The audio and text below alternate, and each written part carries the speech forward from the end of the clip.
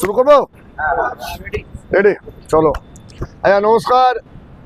আমি প্রথমে সমস্ত প্রেসের যারা বন্ধুরা এসছেন তাদেরকে ধন্যবাদ জানাই, যারা আমাদের এখানে আমাদের দলের তরফ থেকে প্রেস মিটে আপনারা এসছেন। আপনাদেরকে ডেকেছি গতকাল ইলেকশন কমিশনের যে গাইডলাইন, যে বিকেল 6টা পর কোনো বহিরাগত লোক যে এই বালি বিধানসভার রেসিডেন্সিয়াল নেই, ভোটার নেই, সে বালি বিধানসভাতে থাকতে পারে না। এই গাইডলাইনটা অলরেডি ইসিআই যখন প্রেস কনফারেন্স করেছিলেন 15ই মার্চ তখনও বলেছেন, এবং অলরেডি এই গাইডলাইনটা আছে, অনেক দিন ধরে আছে। আমরা কমিশনার অফ পুলিশকে, পুলিশ অবজারভারকে, জেনারেল অবজারভারকে 3 দিন আগেই লেটার মেল পাঠিয়ে বলেছিলাম যে আমাদের কাছে খবর আছে বহিরাগত কিছু গুন্ডা, কিছু অ্যান্টি সোশ্যাল কিছু লোক বালি বিধানসভাতে 27 তারিখ 6টা পরও থাকবে, এবং তাকে বিজেপির যে বহিরাগত প্রার্থী সে নিয়ে গাড়ি করে ঘুরবেন। মেল দেওয়ার 3 দিন পর দুপুরবেলা ফোন করে হোয়াটসঅ্যাপ করে জানিয়েছি। ঠিক 7:30 আমার কাছে সিসিটিভি ফুটেজ আছে, আমি আপনাদের কাছে নিয়ে আসতে চাই। এই সিসিটিভি ফুটেজ আপনারা দেখবেন। 7:30 PM, 6টার সময় শেষ হয়ে যাচ্ছে, তারপর 1.5 ঘন্টা পর বহিরাগত বিজেপির ক্যান্ডিডেট নিজের গাড়ি করে 6 জনকে নামিয়েছেন, একটা ফ্ল্যাটে রাখতে গেছেন, এবং সেই ফ্ল্যাটে যখন রাখতে গেছেন তারপর এখানকার যারা স্থানীয় মানুষ তারা প্রতিবাদ করেছে, যারা জেনে আমাদেরকেও জানিয়েছে। সঙ্গে সঙ্গে আমি police observer, commissioner of police, DCP north, ACP north এবং আইসিদেরকে জানিয়েছি।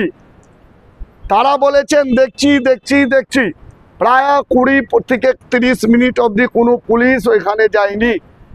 আফটার 25 মিনিটস 2 জন পুলিশ অধিকারী ওখানে পৌঁছেছেন, এবং এই মধ্যে একটা গাড়ি, যে গাড়ি করে বহিরাগত কিছু লোককে নিয়ে এসছেন, আমি প্রমাণ দিচ্ছি আপনাদেরকে, সে গাড়ি পালিয়ে যেতে চায় ওইখান থেকে। তখন এখানকার যারা স্থানীয় মানুষ এবং আমাদের তৃণমূল কংগ্রেসের কর্মী সমর্থকরা সে গাড়িকে আটকায়। যখন গাড়ি আটকেছে তার ঠিক 10 মিনিট পর যখন গাড়ি আটকেছে তখন আবার পুলিশ ওইখানে যায়নি।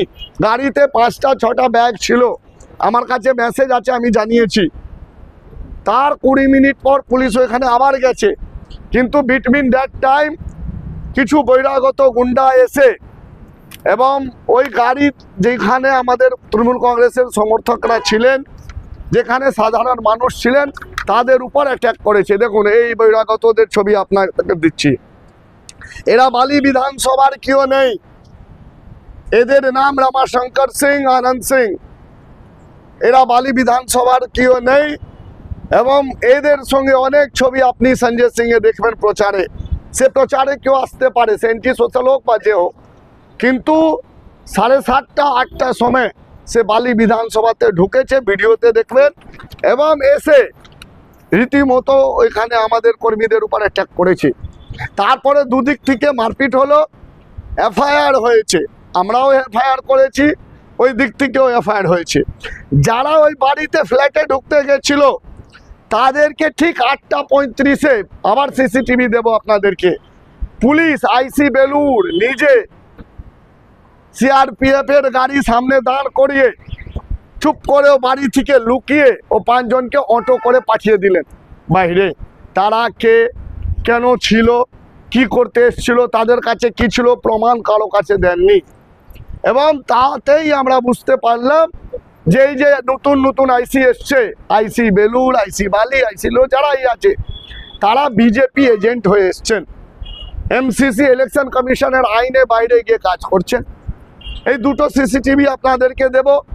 তারপর রাত 12টা পর থেকে বালি সমস্ত অঞ্চলে পুলিশ গুন্ডা বাহিনীকে নিয়ে, বিজেপিদের লোকদেরকে নিয়ে তাণ্ডব চালিয়েছেন।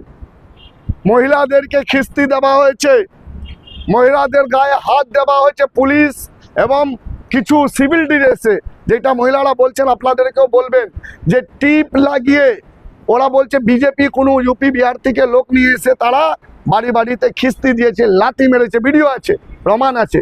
রাত্রি ভোর 2টোর সময়, রাত 2টোর সময় আমাদের যারা বুথ এজেন্ট, যারা ওয়ার্ডে যুব প্রেসিডেন্ট, যারা ইলেকশন এজেন্ট, তাদের বাড়ি বাড়িতে গিয়ে তাদেরকে তোলা হয়েছে। আমি খবর পেয়েছি 2:10 নাগাদ, ছুটে চলে যাই। আমি জিজ্ঞেস করছি, আপনাদের কাছে হবে, সোশ্যাল মিডিয়ায় সব পেয়েছেন। আমি পুলিশকে জিজ্ঞেস করছি, আপনি ওকে কেন নিয়ে যাচ্ছেন? আপনার কাছে অ্যারেস্ট মেমো আছে, ওর নামে কমপ্লেন আছে। একজন অফিসার বলছেন না, ওর অ্যারেস্টে আমরা জিজ্ঞাসা করতে নিয়ে যাচ্ছি। আমি বললাম তার জন্য তো ফোন করে রাখতে পারবেন আপনি। ফোন না করে বাড়িতে ঢুকে অভদ্রভাবে গালাগালি, খিস্তি খাস্তা, মহিলাদের গায়ে হাত, এবং তারপরে নিয়ে যাচ্ছিল। আমি তখন বললাম না, আপনি যদি রিটেন কারণ না দিতে পারেন, আমার বুথে এজেন্ট, একদিন পর ইলেকশন, আপনি নিয়ে যেতে পারেন না। তারপর ডিসিপি নর্থ নিজে আসেন ওইখানে, একজন প্রার্থী, তৃণমূল কংগ্রেসের একটা রাজনৈতিক দলের প্রার্থী, তার সঙ্গে উনি 1 সেকেন্ড ভদ্রতা জানালেন না, কি কথা বলবেন, কি হয়েছে না হয়েছে, এসে আমার গায়ে হাত দিয়ে, আমাকে ধাক্কা মেরে, আমাকে খিস্তি দিয়ে, আমাকে টেনে হিচড়ে ফেলে দিয়ে গাড়ি নিয়ে পালাচ্ছেন। ভাবুন, পুলিশ কোনোদিন পালাতে দেখেছে?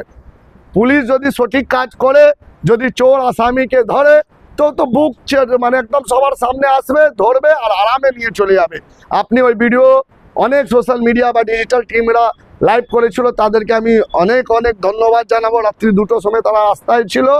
তাদের ভিডিওতে দেখবেন যে বলছে, আমি বলছি কেন নিয়ে যাচ্ছে না, তিনি পালিয়ে যাচ্ছেন, পালিয়ে যাচ্ছেন, পালিয়ে যাচ্ছেন। মানে দাল মে কুছ কালা হ্যায়। বিজেপি ক্যান্ডিডেটরা, ইলেকশন কমিশন বি টিম হয়ে বিজেপি কাজ করছে।